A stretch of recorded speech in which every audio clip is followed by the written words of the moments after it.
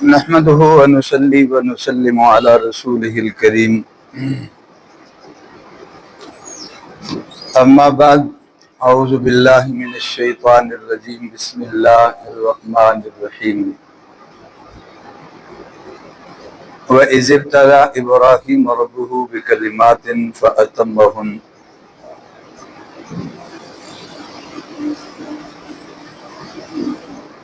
قال إني جاعلك للناس إماما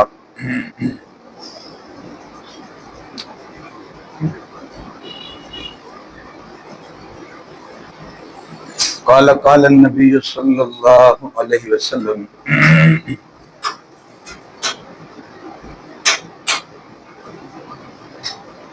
لا يؤمن أحدكم حتى يكون هواه تبعا لما جئت به او كما قال رسول اللہ صلی اللہ علیہ وسلم۔ احباب کرام، تھوڑی دیر توجہ فرما لیں۔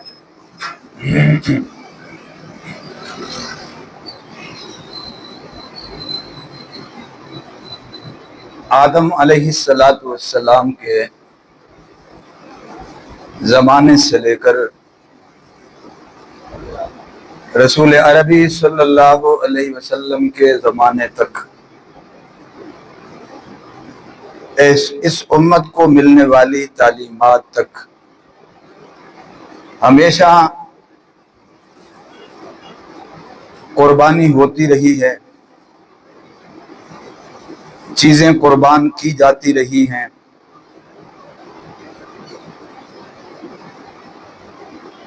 مال اور متاع اور صدقہ خیرات دیا جاتا رہا ہے۔ اس کی ایک مثال قرآن پاک میں آدم علیہ السلام کے 2 بیٹوں کا بیان ہے، جس میں یہی لفظ قربان کا استعمال ہوا ہے۔ اذ قربا قربانا فتقبل من احدهما ولم يتقبل من الاخر، کہ ان دونوں میں جھگڑا ہوا تو انہوں نے اللہ کے ہاں چیز پیش کی، قربان۔ یہ لفظ بدل کر اب قربانی بن گیا ہے، لفظ قربان ہے۔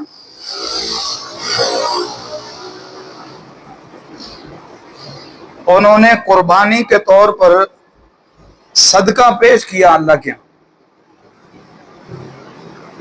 ایک کا صدقہ اللہ نے قبول کر لیا، ایک کی قربانی قبول کر لی اور ایک کی رد کر دی۔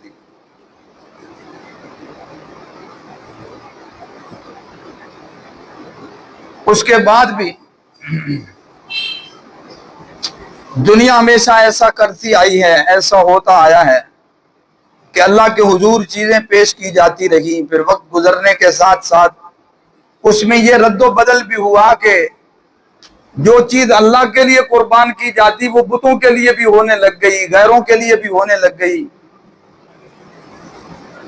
دوسری ذاتوں کے لیے بھی وہ چیزیں قربان کی جانے لگ گئیں، حتیٰ کہ رسول عربی صلی اللہ علیہ وسلم کا زمانہ آیا۔ آپ صلی اللہ علیہ وسلم کو اللہ جل جلالہ نے جو تعلیم دی ہے، جو ہدایات دی ہیں، جو طریقہ اللہ نے ارشاد فرمایا ہے، وہ ابراہیم علیہ السلام کے ایک عمل کو یادگار بنا کر نبی کریم صلی اللہ علیہ وسلم کی شریعت میں قربانی کو جاری کر دیا گیا۔ یعنی اس سے پہلے اس عمل میں جو کوتاہیاں، کمزوریاں پائی جا رہی تھیں یا آ گئی تھیں، انہیں دور کر دیا گیا، اور ابراہیم علیہ السلام کی نسبت سے اس عمل کو زندہ کیا گیا۔ اس لیے کہ ابراہیم علیہ السلام ایک ملت کے بانی ہیں، نبی علیہ السلام کے جد امجد بھی ہیں، اور ان سے بڑا موحد کون ہوگا جنہوں نے بیک وقت خاندان سے بھی ٹکر لی، معاشرے سے بھی ٹکر لی اور بادشاہت سے بھی ٹکر لی، دین کو اصل حالت میں زندہ کیا، لوگوں تک پہنچایا۔ اس لیے رسول اللہ صلی اللہ علیہ وسلم سے پوچھا گیا کہ ما حاضل اضاحی یا رسول اللہ، یہ قربانی کیا چیز ہے، یعنی اس کی اصل کیا ہے، ہم جو عمل کر رہے ہیں اس کی تاریخ یا اس کی حقیقت کیا ہے؟ تو رسول اللہ صلی اللہ علیہ وسلم نے فرمایا سنت ابیکم ابراہیم، یہ تمہارے باپ ابراہیم علیہ السلام کی سنت ہے۔ اس کو اس لیے یہاں سے شروع کیا گیا، ایک تو آپ علیہ السلام ملت ابراہیم کو اصل حالت میں بیان کرنے کے لیے تشریف لائے، اصل حالت میں بحال کرنے کے لیے تشریف لائے۔ آپ کی آمد سے پہلے مکے کے لوگ بھی اور یہود و نصارہ بھی اپنی نسبت ابراہیم علیہ السلام کی طرف کرتے تھے کسی نہ کسی صورت میں، بلکہ حج کے ارکان بھی نامکمل شکل میں یا تبدیل شدہ شکل میں موجود تھے، ان کی نسبت موجود تھی، اگرچہ اس میں رد و بدل کر دیا گیا تھا۔ اس لیے رسول اللہ صلی اللہ علیہ وسلم ملت ابراہیم کو اصل حالت میں بحال کرنے کے لیے تشریف لائے، اصل حالت میں زندہ کرنے کے لیے تشریف لائے۔ اور قربانی جیسے عمل میں بھی بہت کچھ مکس ہو چکا تھا، ان کا عمل خالصتاً اللہ کے لیے تھا، اللہ کی رضا کے لیے تھا، اور ایک بہت بڑا عمل تھا، بلکہ ایک بہت بڑا امتحان تھا۔ اس لیے رسول اللہ صلی اللہ علیہ وسلم ابراہیم علیہ السلام کی طرف نسبت کر کے قربانی کے عمل کو بجا لاتے ہیں۔ گویا یہ عمل تو ہے، پہلے بھی ہوتا رہا، نبی علیہ السلام کی امت کے لیے اس کی نسبت ابراہیم علیہ السلام کی طرف کی گئی۔ ابراہیم علیہ السلام کئی اعتبار سے عظمت والے، مرتبے والے اور بڑی شان والے ہیں کہ اللہ نے کئی اعزازات ایک ابراہیم علیہ السلام کی جھولی میں ڈالے۔ ایک تو یہ کہ کم از کم ابراہیم علیہ السلام کے بعد دنیا میں جتنے بھی اللہ کے پیغمبر، نبی اور رسول آئے وہ سب کے سب ابراہیم علیہ السلام کی اولاد ہیں۔ اس میں صرف ایک فرق یہ ہے کہ ایک آپ کے بیٹے اسحاق ہیں اور ایک آپ کے بیٹے اسماعیل ہیں۔ اولاد دینے کے لیے وہ جوڑے کا محتاج بھی نہیں ہے، صحت اور جوانی کا محتاج بھی نہیں ہے، اور اولاد دینے کے لیے بڑھاپا اس کے لیے رکاوٹ بھی نہیں ہے۔ دینے پہ آئے تو اس کی مرضی، وہ اسباب کا خالق جو ہے۔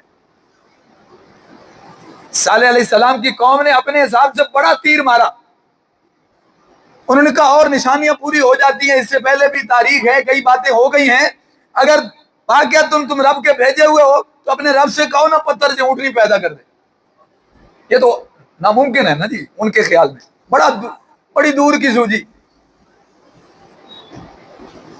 ایسا ہو ہی نہیں سکتا، ایسا ہوگا ہی نہیں۔ یہ روز ہمیں دعوت دیتا ہماری جان چھوٹ جائے گی، ہم کہیں گے جناب ہماری بات ہی آپ نے نہیں مانی، ہماری بات ہی آپ نے نہیں سنی، ہمارا مسئلہ ہی نہیں بتایا، ہم آپ کی کیوں سنیں؟ بڑا سوال مارا، پتھر سے اونٹنی پیدا کر دو۔ لیکن انہیں یہ نہیں پتا یہ سوال صالح علیہ السلام سے نہیں ہو رہا، یہ سوال تو اللہ سے ہو رہا ہے، وہ تو اسباب کا خالق ہے۔ اس نے آدم علیہ السلام کو ماں باپ کے بغیر پیدا نہیں فرمایا، بغیر ماڈل کے، بغیر سیمپل کے، بغیر نمونے کے۔ وہ رب وہ ہے جس نے مادے کو وجود بخشا، مٹیریل کو وجود بخشا، اصل میں خالق ہے وہی۔ میں اور آپ دنیا میں جتنی چیزیں بناتے ہیں اصل میں ہم بناتے نہیں ہیں، ہم جوڑتے ہیں، بنانے والا صرف ایک اللہ کی ذات ہے، خالق صرف وہ ہے جس نے مٹیریل بنایا ہے۔ اب ہم نے بلڈنگ بنائی تو ہم خالق بن گئے، ان میں سے کون سی شے ہے جو انسان کی بنائی ہوئی؟ چیزیں رب کی بنائی اٹھا کے جوڑ دیتا ہے۔ اگر کوئی ترخان، کوئی لکڑ ہارا لکڑی لے کے کیل لگا کے لکڑ اور لوہے کے جوڑ سے تپائی بنا دیتا ہے، کیا وہ خالق ہے؟ کوئی شے اس کی پیدا کردہ نہیں ہے۔ اس لیے اللہ خالق کل شیء، اللہ ہر شے کا خالق ہے، اس کے علاوہ کوئی خالق نہیں ہے۔ سب ترکیب کرنے والے ہیں، سب جوڑنے والے ہیں۔ اللہ کی ذات نے مٹیریل کو بنایا، مادے کو بنایا، اجزاء کو بنایا، پھر آدم علیہ السلام کو بنایا، پھر اما حوا کو پیدا فرمایا، پھر اللہ جل جلالہ نے عیسیٰ علیہ السلام کو باپ کے بغیر پیدا فرمایا۔ تو انہوں نے سوال تو بڑا دور کا کیا کہ اگر رب ہے تو پتھر سے اونٹنی پیدا کر دے۔ پھر اللہ جل جلالہ نے پیدا فرمائی یا نہیں فرمائی؟ اور اللہ چاہتے پیدا کر کے پھر ختم کر دیتے، کہا نہیں، یہ تو تمہیں یاد کرائے گی کہ میں پیدا ہوئی ہوں، یہ تو تمہارے اندر رہے گی۔ پھر وہ اونٹنی ان کے اندر رہی، جہاں سے وہ پانی بھرتے تھے یہ بھی وہیں سے پانی، کوئی غلط فہمی میں نہ رہے کہ جھٹ کی بات تھی، بس ایک اڑن پٹولا کی طرح بات، اور جناب بھول بھلیاں اور ایک چھلاوا سا تھا، بس گزر گیا۔ کوئی جادو تھی، کوئی جادو تھا، کوئی جھلکی تھی، کہا نہیں نہیں، وہ زندہ رہے گی، وہ چرتی رہے گی، وہ کھاتی رہے گی، وہ پانی پیے گی، وہ تمہارے اندر زندہ رہے گی، تاکہ تمہیں پوری تسلی ہو جائے کہ کوئی جادو کا معاملہ نہیں ہے۔ تسلی کروائی اللہ نے۔ اللہ کی حکمتیں۔ ابراہیم علیہ السلام نے جب سوال کیا تھا نا کہ اللہ تو مردوں کو کیسے زندہ کرے گا، اللہ نے فرمایا تیرا ایمان نہیں ہے۔ ہاں ایمان تو ہے۔ اللہ نے پوچھ لیا، اللہ کو تو معلوم تھا، لیکن سوال پیدا ہو سکتا تھا، اللہ نہ کرتے تو کل کو لوگ ہی کرتے۔ اللہ نے خود ہی سوال کر کے انہی کی زبان سے کہلوایا کہ ذرا تسلی ہو جائے کہ ایسا مسئلہ نہیں ہے، یہاں پوچھنے کا کوئی اور سبب ہے۔ فرمایا وَلَٰكِن لِيَطْمَئِنَّ قَلْبِي، میں اطمینان قلب چاہتا ہوں، ایمان سے ایک آگے درجہ بھی ہے، میں آنکھوں سے مشاہدہ کرنا چاہتا ہوں۔ یہ تو پتا ہے کہ زندہ کرے گا، کیسے ہوگا وہ نقشہ تھوڑا سا دیکھنا چاہتا ہوں، وہ سین دیکھنا چاہتا ہوں، وہ منظر دیکھنا چاہتا ہوں۔ تو اللہ نے فرمایا یہ پرندے لو اور ان کو آپس میں مکس کر کے 4 مختلف چوٹیوں پہ رکھ دو۔ اب ہر چوٹی پہ چاروں کے اجزاء موجود ہیں، چاروں جگہ پہ اجزاء ہیں، اور ہر چوٹی پہ چاروں پرندوں کے کیا ہے؟ اجزاء ہیں۔ اللہ نے کیا فرمایا؟ ثم ادعوهن يأتينك سعيا۔ قرآن کا انداز سمجھیے گا، قرآن کی باتیں تو بڑی نبی تلی ہوتی ہے نا۔ فرمایا اس کو بلائیے گا، پرندوں کو، ان کو جو جو آپ نے بولی پہ سجھایا ہوا ہے، سکھایا ہوا ہے، وہ بولی بولیں گے، بھاگتے ہوئے آئیں گے۔